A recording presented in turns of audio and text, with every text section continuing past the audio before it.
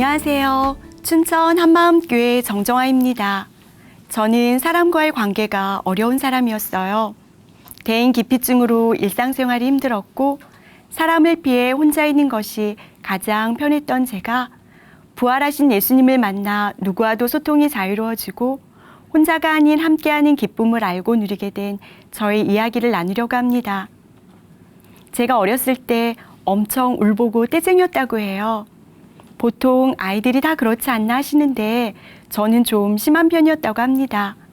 온유하시고 조용하신 저희 어머니께서 저를 감당 못하시는 것을 보시다가 옆집 아주머니께서 재래시 화장실에 가서는 저를 거꾸로 안고 머리를 변기 속으로 넣었다 뺐다 하면서 엄마 말 잘 들을 거야 안 들을 거야 하시며 협박을 하셨어요.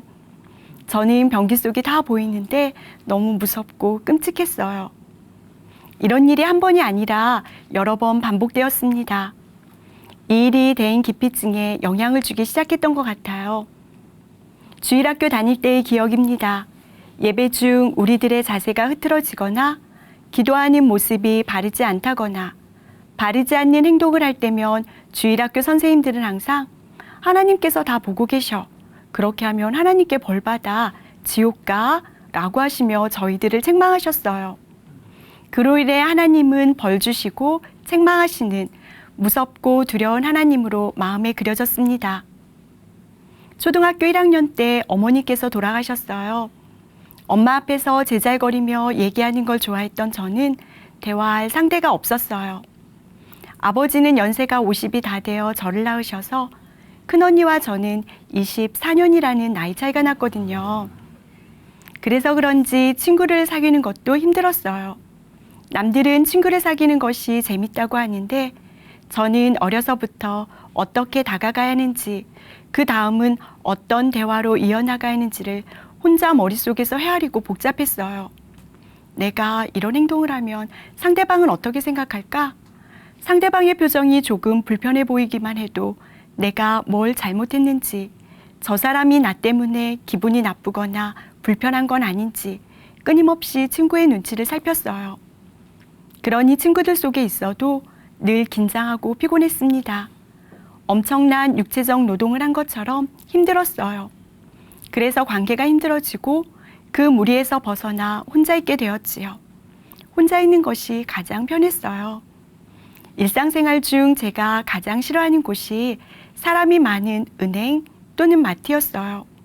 실제로 인파가 많은 곳에 다녀오면 몇 시간은 픽 쓰러져서 한참을 누워 있어야 했어요. 결정적으로 사람을 두려워하게 된 사건이 있었습니다. 정확하게 말하자면 낯선 남자를 두려워하게 된 사건이지요. 초등학교 고학년 때로 기억합니다. 그날도 여느 때처럼 학교 수업을 마치고 집으로 가는 길이었어요. 집을 가려면 캄캄한 굴다리를 지나고 산길을 지나야 했어요. 산길 가운데 한 청년이 보였고 순간 겁이 났지만 태어난 척 청년을 피해 길 가장자리로 가고 있는데 갑자기 청년이 저의 앞길을 막으며 서는 거예요. 손에 칼을 들고 저를 위협하며 산으로 올라가라고 했습니다. 두려움과 공포로 온몸이 굳어졌고 저는 울며 살려달라고 애원했어요. 그 청년은 재차 조용히 하고 올라가라고 칼로 위협을 했습니다. 그 순간 제 머릿속에 밭길에서 허리가 구부정한 백발의 할아버지를 지나쳐 왔던 것이 생각났어요. 저는 청년에게 울먹거리며 저 혼자 있는 거 아니에요. 제 뒤에 우리 할아버지가 오고 계세요. 라고 말했고 그 말과 동시에 청년은 제 뒤를 확인한 후 이 일을 아무에게도 말하지 말라며 말하면 죽이겠다고 협박을 하고 절 놓아주었습니다. 이 일이 있은 후 전 사람, 특히 낯선 남자에 대한 두려움이 극도로 더해갔어요. 길을 스쳐 지나가는 사람들에게서조차 극심한 두려움을 느낄 정도였으니까요. 버스를 타는 것도 힘들고 길을 지나가는 것도 힘들었어요. 그들의 손이 보이지 않을 때면 저는 더더욱 두려웠어요. 호주머니에 손을 넣고 있거나 가방에 손을 넣고 있을 때면 그 안에서 흉기를 꺼내 저를 위협할 것 같은 벌어지지 않는 일들이 상상되어 힘들었습니다.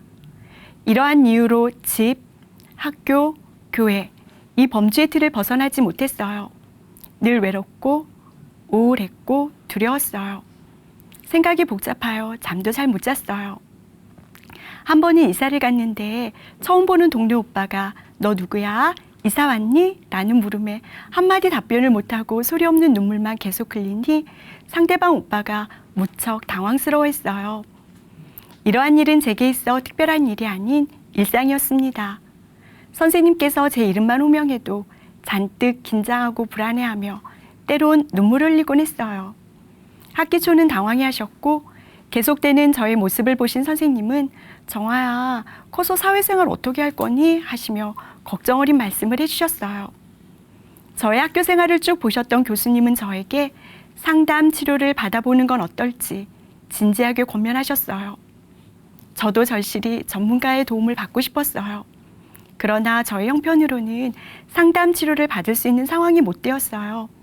아르바이트하며 하루하루 근근히 살아가고 있었기에 당장 차비 걱정할 때라 상담 치료를 받는다는 것은 꿈 같은 일이었어요.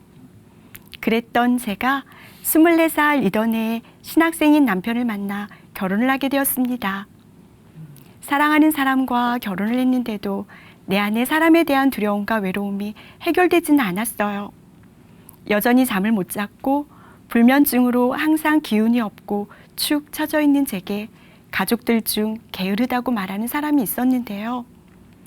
잠을 못 자서 늘어져 있던 제 모습이 사람들 눈에는 게으르게 보였던 것 같아요. 그러나 그 당시 그 말은 제게 상처가 되어 가족에게도 마음을 닫게 하였습니다.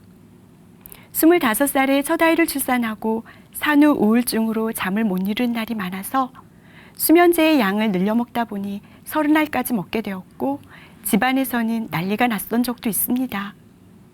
첫 아이가 태어나고 1년 후 남편은 재생불량성 빈혈이라는 진단을 받게 되었어요. 2년 동안 투병 생활을 했지만 결국 제가 28살 되던 해에 소천했습니다. 삶의 무게감 앞에서 힘겹게 하루하루를 살아가고 있는 제게 남편이 늘 신앙과 인격을 칭찬하던 언니가 어느 날 제게 부활의 복음을 전해주었어요. 언니는 본인이 인격적으로 예수님을 만났고 부활의 증거로 믿었다고 했어요. 그런데 참 이상하게도 말씀을 듣는데 마음이 불편하고 잘 안 들리더라고요. 그러던 어느 날 목사님과의 교제 중 예수님께서 내 죄를 위해 십자가에서 죽으시고 부활하셨다는 말씀을 하시는데 저는 마음이 참 불편했어요. 콕 집어 내 죄라는 말에 인정이 안 되며 불편한 거예요. 우리 죄라는 말에는 인정이 되고 알겠는데 왜 내 죄라는 거지? 착하고 선한 사람으로 살기 위해 내가 얼마나 애쓰며 살았는데 내 죄라니. 그리고 하나님께서는 그냥 말로 좋게 하지 마라 하시며 타이르면 될 것을 극단적인 방법으로 십자가에서 죽으시고 피 흘리시면서까지 우리한테 이렇게 죄를 사해 주었는데 안 믿느냐고 하시는 것 같았어요.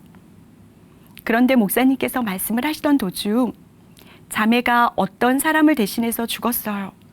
그런데 그 사람이 왜 날 위해서 죽었대? 하며 자매의 죽음을 알아주지 않는다면 어떨 것 같아요? 목사님의 질문에 너무 속상할 것 같아요. 내가 널 위해서 죽었는데 너는 왜 날 모르니? 하며 가슴을 찢으며 울부짖을 것 같아요. 이렇게 대답했어요. 그 순간 목사님께서 예수님께서 자매를 위해 죽으시고 부활하셨어요. 라고 말씀하셨어요.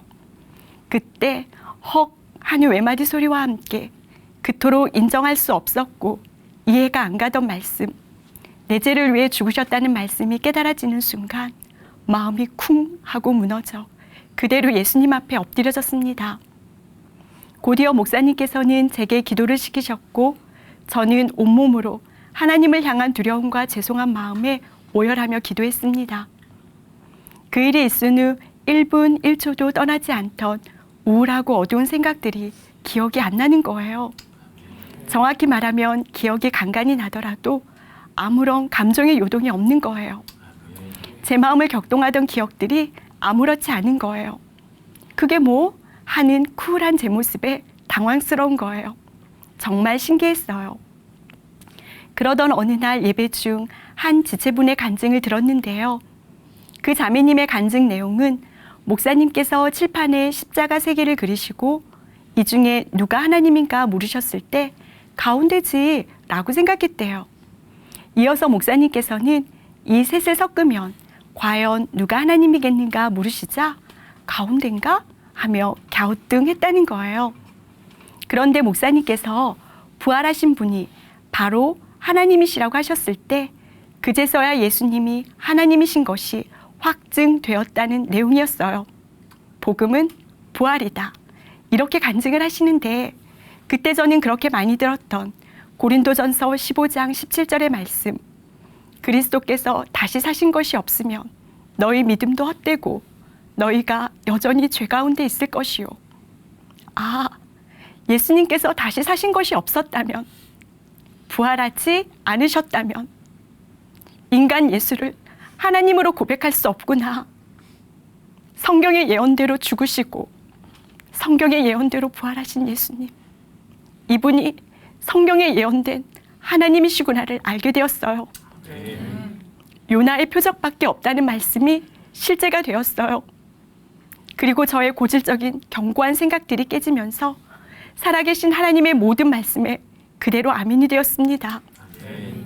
그동안 저는 말씀 그대로 악하고 음란한 세대였더라고요.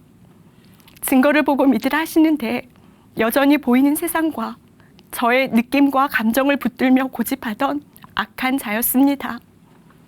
하나님께서 사람의 몸으로 이 땅에 내려오셔서 죽으시고 부활하셨어요.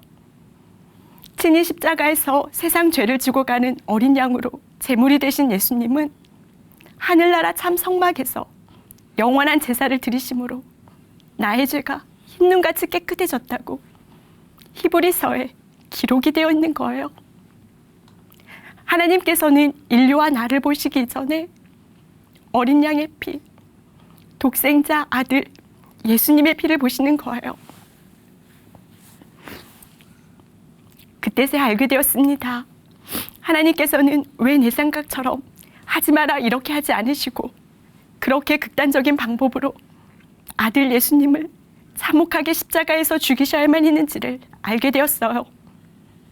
모든 사람이 죄를 지었고 죄의 삭은 사망이며 피 흘림이 없이는 죄사함이 없다는 말씀을 부활하신 예수님 때문에 믿을 수 있었습니다. 출애굽기 12장 말씀에 내가 애굽 땅을 칠 때 그 피가 너희의 거하는 집에 있어서 너희를 위하여 표적이 될지라. 내가 피를 볼 때 너희를 넘어가리니 재앙이 너희에게 내려 멸하지 아니하리라. 하나님께서는 출애굽할 때 문설주의 피를 바른 집안의 사람들을 보시지 않았어요. 집안에 살인자가 있든 간음한 자가 있든 도덕과 윤리적으로 사회적으로 절대로 용서받을 수 없는 사람이 있든 상관이 없었어요. 하나님의 방법대로 문설주에 어린 양의 피가 뿌려져 있느냐, 오직 피만 보셨고 피를 볼 때 재앙이 그 집안을 넘어가고 죽음이 넘어가는 거예요. 보혈이었습니다. 전능자 하나님의 피, 하나님의 생명, 하나님의 전부, 보혈로 나의 죄를 다 사해 주셨어요. 하나님은 나의 잘못과 실수, 죄를 보시는 분이 아닌 당신의 사랑하는 아들 예수님의 피를 보시는 분이세요. 그거면 충분하다 하시는 거예요. 저는 평생 하나님을 오해만 하고 살 뻔했는데요. 하나님 입장에선 얼마나 마음이 아프셨을까 생각이 들어요. 하나님은 제게 무서운 분이셨어요. 제가 감당할 수 없는 삶을 요구하시고 그대로 순종하지 않으면 벌 주시는 분. 그래서 삶에 어려움이 오면 내가 지은 죄의 대가구나 생각했지요. 수고하고 무거운 짐진 자들아 다 내게로 오라 하시는데도 문제를 가지고 하나님께 나아갈 수조차 없었어요. 저는 이 우주 공간에서 완전한 홀로였어요. 그런데 이 모든 생각이 다 속은 거라니 정말 기가 막혔어요. 말씀대로 예수님은 제 안에 들어오셨고 말씀대로 영원히 떠나지 않으시고 세상 끝날까지 저와 항상 함께 있으리라 하셨어요. 사랑 그 자체이신 하나님 안에 거하는 삶을 살 수 있게 된 거예요. 하나님은 사랑이 많으신 분, 혹은 사랑이 풍성하신 분, 이것으로도 부족해요. 하나님은 사랑이시라. 요한일서 말씀 그대로이신 분이셨어요.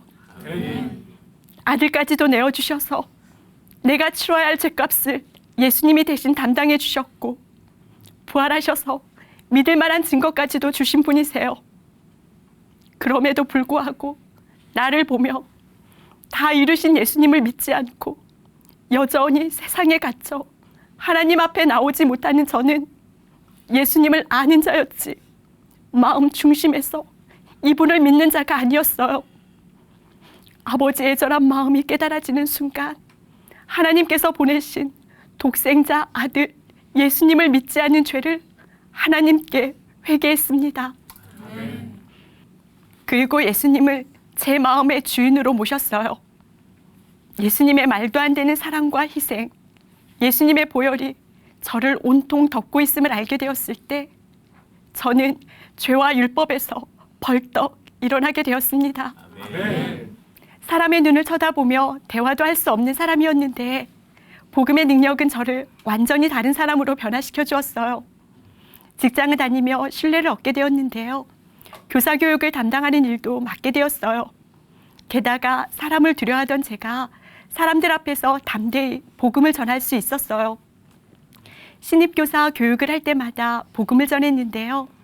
부활의 복음을 듣고 많은 사람들이 놀라와 있고 작은 교회가 세워져 함께 예배를 드리게 되었습니다. 현장에 나아가 학부모 교육 상담을 할 때도 기도하며 복음을 전했어요. 사람들이 회사에서 유머스럽게 칭찬을 해도 편안하게 받아들이지 못하고 정색하며 경직된 자세로 감사합니다 라고 말하면 분위기가 썰렁해지곤 했는데요. 이제는 제가 서툴지만 분위기를 살짝 살리기도 한답니다. 일꾼 언니나 교회 지체들에게 저는 항상 극존칭을 썼어요. 무슨 이야기를 하시든 허리를 꼿꼿이 세우고 상사에게 하듯 네 일꾼님 하며 이야기를 했어요. 언니, 형부 이런 명칭은 잘 사용하지 못했어요. 교회에서 나이가 어린 청년들을 부를 때도 형제님, 자매님 하면서 존칭을 썼어요. 그런데 이제는 지체들을 향해 언니, 형부 하며 부르고 청년들을 부를 때도 편안하게 이름을 부를 수 있게 되었습니다. 저는 교회 카페에서 봉사를 하고 있는데요. 주일이면 그 짧은 시간에 지체들이 구름대처럼 몰려옵니다. 저를 향해서요. 주문서가 제 손에 있거든요. 이제는 육겹으로 사람들에게 둘러싸여도 끄떡 없습니다. 교회 언니가 운영하는 카페에서도 일을 하는데요. 한 번은 주문을 하시던 분이 제게 어쩜 그렇게 상냥하고 얼굴이 밝으냐며 환하게 웃으셨지요. 저희 작은 교회 언니가 제게 별명을 하나 지어주었는데요. 푼수예요. 저는 이 별명이 정말 좋아요. 저는 더 이상 사람을 두려워하지 않아요. 부활하신 예수님이 저와 항상 함께 하시기 때문에 외롭지 않아요. 저에 있는 모습 그대로 절 사랑하시는 예수님. 전 오늘도 기쁘게 교회 공동체 함께 달려갑니다. 감사합니다.